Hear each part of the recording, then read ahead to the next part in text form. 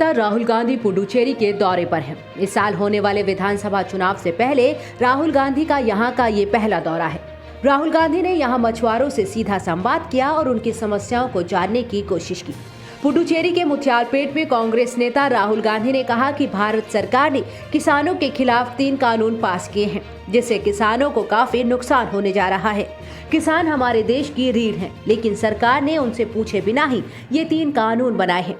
राहुल गांधी ने कहा कि केंद्र सरकार में मछुआरों के लिए एक अलग मंत्रालय होना चाहिए ताकि उनकी आवाज भी सुनी जा सके। मछुआरों को भी इंश्योरेंस, पेंशन की सुविधाएं दी जानी चाहिए। कांग्रेस नेता राहुल गांधी ने यहां कहा कि यहां पर तमिल भाषा ही सर्वोपरि है और उसके बाद किसी अन्य भाषा को सुना जाना चाहिए। राहुल गांधी ने कहा कि ये कानून सिर्फ किसान ही नहीं बल्कि आप जैसे मछुआरों और सभी आम लोगों को नुकसान पहुंचा सकते हैं। राहुल गांधी ने कहा कि आप भी देश के समंदर वाले किसान हो जो देशवासियों के लिए काम कर रहे हो।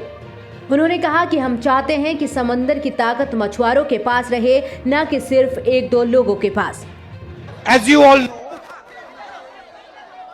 the government in Delhi has passed 3 bills against our farmers, and the farmers are feeling tremendous pain and disturbance. And everybody knows that farmers are the backbone of any country. Now you will be wondering why I have come to a meeting of fishermen and I'm talking about farmers. The current government in Delhi has forgiven 10 lakh crores of loans to the richest people in this country.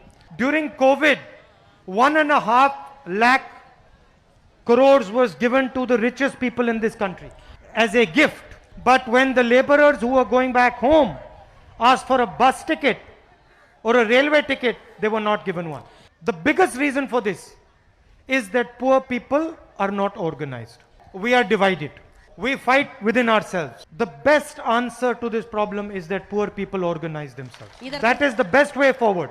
And I have come here to give a particular message to you, and a message that you should understand very clearly, that I have come here to listen to you and to understand what you are facing. UP में सियासी जमीन को दोबारा हासिल करने के लिए कांग्रेस पुरजोर कोशिश में लगी है। कांग्रेस किसानों के सहारे यूपी में अपने लिए अवसर तलाश रही है। ठीक 1 साल बाद प्रदेश में विधानसभा चुनाव भी होने हैं। ऐसे में कांग्रेस किसानों को लेकर कोई भी मौका छोड़ना नहीं चाहती। कांग्रेस महासचिव प्रियंका गांधी भी इसीलिए लगातार सरकार पर हमलावर हैं। प्रियंका गांधी ने एक बार फिर ट्वीट कर योगी सरकार पर हमला बोला है। प्रियंका ने गन्ना किसानों के चीनी मिलों पर बकाया राशि को लेकर योगी सरकार पर जोरदार हमला बोला।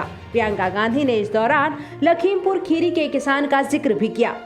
उन्होंने ट्वीट कर कहा, लखीमपुर खीरी के किसान आलोक मिश्रा का 6 लाख रुपए का गन्ना भुगतान बकाया है।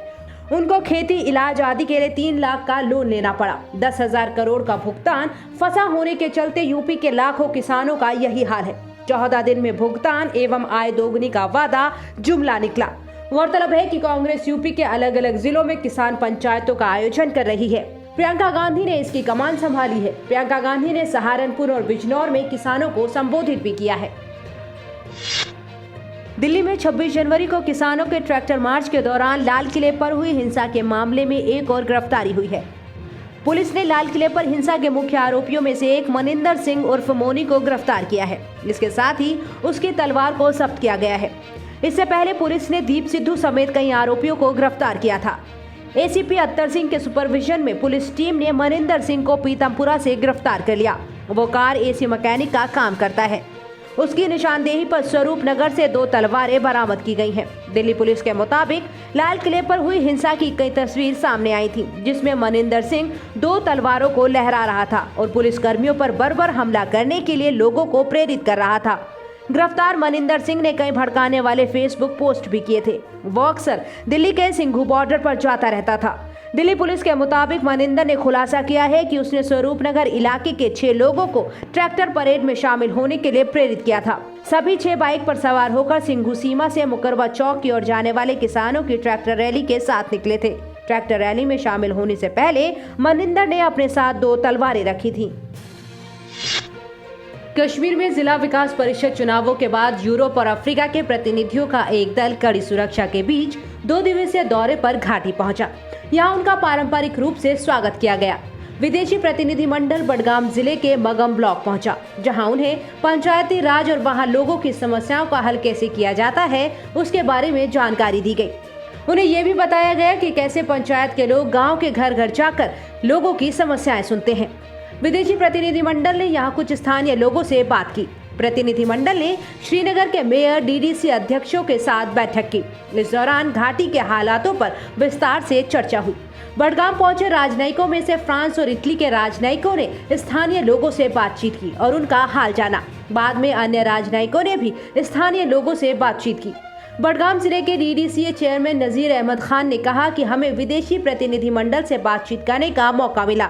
हमने विकास योजनाओं, किए गए काम और होने वाले कार्यों के बारे में बातचीत की। Over the last few years, especially after August 2019, remarkable changes have been happened on ground to realize these dreams of the people. The foremost among them is the restoration, putting in place of 3 tiers of grassroots democracy at panchayat, village, block and district level, and starting the decentralization of developmental process to empower common man to plan and execute development plan. ये प्रतिनिधिमंडल दूसरे दिन जम्मू का दौरा करेगा। अधिकारियों ने इस दौरे को अंतर्राष्ट्रीय मंच पर पाकिस्तान द्वारा किए जा रहे कुप्रचार से निपटने के लिए की जा रही कूटनीतिक कवायद बताया। इस प्रतिनिधिमंडल में यूरोपीय संघ, France, Malaysia, Brazil, Italy, Finland, Bangladesh, Cuba, Chile, पुर्तगाल, Netherlands, Belgium, Spain, Sweden, Senegal, Tajikistan, Kyrgyzstan, Ireland, Ghana, Estonia, Bolivia, Malawi, Eritrea और आइवरी कोस्ट के राजनयिक शामिल हैं।